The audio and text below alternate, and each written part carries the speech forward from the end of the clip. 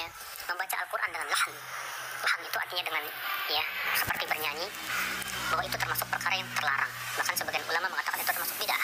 Ulama ijma, para sahabat, para salaf, para tabi'in, para khalaf, ulama belakangan, ulama dari seluruh kota, para imam kaum muslimin, semuanya sepakat disunahkan mengindahkan suara tatkala baca Al-Quran.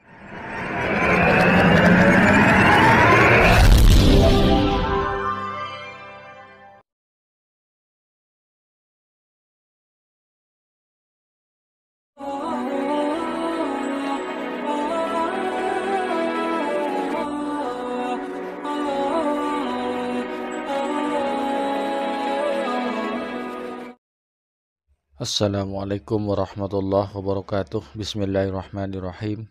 Alhamdulillahirrabbilalamin. Assalatu wassalamu ala ashrafil anbiya wal mursalin Sayyidina Muhammadin wa ala alihi wa sahbihi ajma'in. Wa qala rabbi shrah li sadri wa yassir li amri wa hlul 'uqdatam min lisani yafqahu qawli, amma ba'du.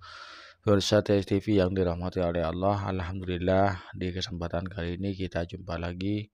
Mudah-mudahan kita senantiasa mendapatkan limpahan rahmat dan nikmat dari Allah, juga mendapatkan taufik dan hidayahnya. Amin ya rabbal alamin. Pemirsa TV yang dirahmati oleh Allah, orang-orang Wahabi mulut dengan isi hatinya tidak sama.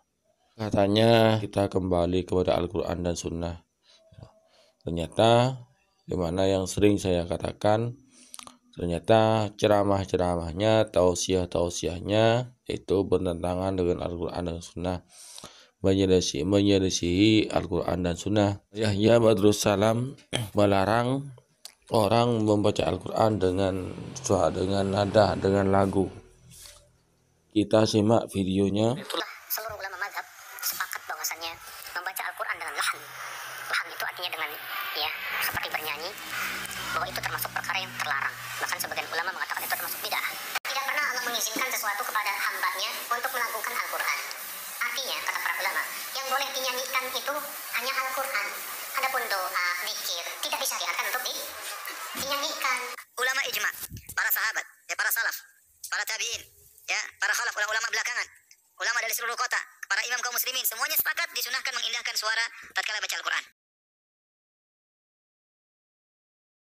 Badrus Salam dengan Firanda ini beda pandangan ya. Padahal sama mereka sama-sama Wahabi, sama-sama Salafi. Mengapa mereka beda pandangan? Ya, mereka semuanya tidak bermadhab. Hukum buat sendiri, hukum diakali-akali sendiri. Ya ini akhirnya mereka itu lihat itu beda pandangan. Ya karena memahami Al-Quran dengan sendiri-sendiri, tidak melalui kesepakatan para ulama Ahlussunnah wal Jamaah. Kita ulang lagi yang di Yahya Badrus Salam ini ya. Dinyanyikan itu hanya Al-Quran. Adapun doa, zikir tidak disyariatkan untuk Dalilnya mana Ustaz? Kan Anda mengatakan harus kembali kepada Al-Quran dan Sunnah. Mana dalilnya? Jangan hanya ngomong saja pakai dalil. Kalau nggak percaya, ini dituntut pakai dalil oleh Kong Jawa sini. Dalam kita mengkaji, dalam kita mengaji, dalam kita beragama, dalil. Kayak dalil, akhirnya dalilnya Al-Quran dan Sunnah. Sedangkan Yahya Badrus Salam itu hanya nyerocos saja tanpa dalil. Mana dalilnya? Mana dalilnya dilarang membaca Al-Quran dengan lagu, dengan irama? Pemirsa TV yang dirahmati oleh Allah, sebagaimana pernah saya upload videonya, yaitu tentang kesunahan Al-Quran dengan irama, dengan suara yang indah. Ini pemirsa saya tampilkan kembali hukum membaca Al-Quran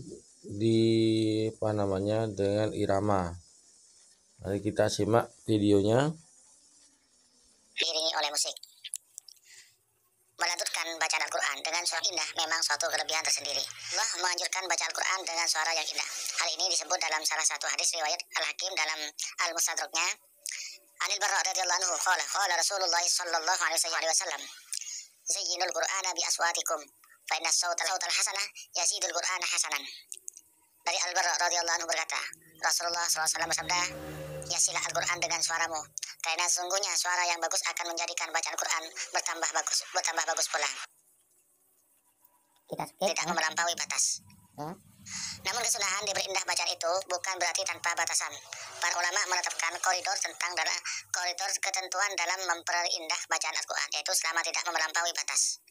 Yang dimaksud melampaui batas dalam hal ini adalah menggunakan lagu atau irama yang justru tanpa sadar dapat merubah bacaan Al-Quran, baik merubah bacaan hurufnya, harokatnya, dan lain sebagainya. Ma lam yakhruj an haddil Qur'ani bitamtitin fa in afrata hatta zada harfan aw akhfa harfan huwa haramun wa amal qira'atu bil ani fa hiya ala ma dzakarnahu in afrata fa haramun wa illa fala. Selama tidak melampaui batas. Jika melampaui batas sehingga menambah huruf secara jelas atau huruf yang samar, maka haram. Adapun membaca dengan nada atau irama, maka hukumnya sebagaimana yang kami jelaskan di atas, yaitu boleh, disunahkan. Jika melampaui batas, haram hukumnya. Nah ini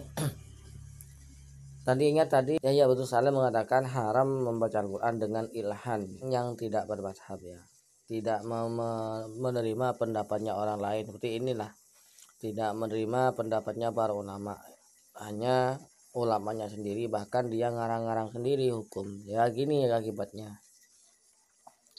Pemirsa dari TV yang dirahmati oleh Allah, jadi kita sebagai orang awam janganlah sok-sokan, sok merasa ini itu. Ada ulama yang lebih ahli, maka sebagaimana firman Allah, fas'alu ahla dzikri in kuntum la ta'lamun.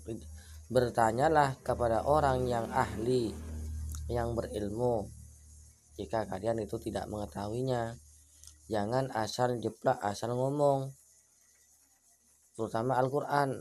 Jangan sembarangan memaknai Al-Quran, karena sembarangan memaknai Al-Quran, sembarangan menafsirkan Al-Quran.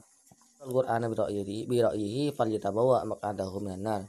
Barang siapa yang menafsirkan Al-Quran dengan penafsirannya sendiri, seenaknya sendiri, falyatabawa maq'adahu minan nar, maka persiapkanlah tempatnya di neraka. Ini lagi-lagi ini Yahya Badrus Salam ini berbohong, ya, mengatasnamakan ulama, padahal dia berbohong. Mengatasnamakan ulama ibaratnya referensinya nggak dibaca. Coba dibaca dari kitab mana ngambil, pendapatnya ulama siapa, gitu. Ya sama dengan ini Firanda ini, jamhurul ulama, semua ulama sepakat. Ulama yang mana? Ya, coba dijelaskan ulama yang mana, kitab apa, bab apa, kan begitu.